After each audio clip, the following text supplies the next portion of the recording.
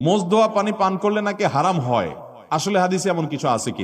মোষ ধোয়া পানি খেলে বা মোষ লাগলে কোনো কিছু খেতে গেলে সেটা হারাম বলে হয়। হারাম তো পরের কথা, অনেকে বলে মাকরুহ।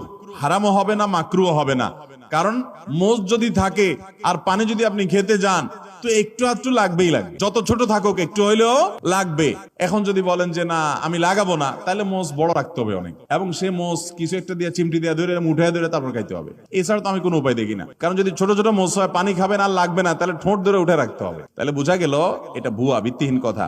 মোষ যদি লেগে যায় ইচ্ছাকৃত, তো মোষ ধোয়া পানি, মোষ ধোয়া খানা, মোষে লাগলে সেটা খাবেন না আপনি। কারণ হলো সেটা তো আর পরিষ্কার করে হওয়ার সময় জীবাণু থাকতে পারে, ধুলাবালি থাকতে পারে। ইচ্ছাকৃত এটা করেও না কেউ, কিন্তু অনিচ্ছাকৃত যেটুকু লেগে যায় এটার কারণে হারাম তো দূরের কথা, মাকরুহ হবে না। এটা ভিত্তিহীন কথা।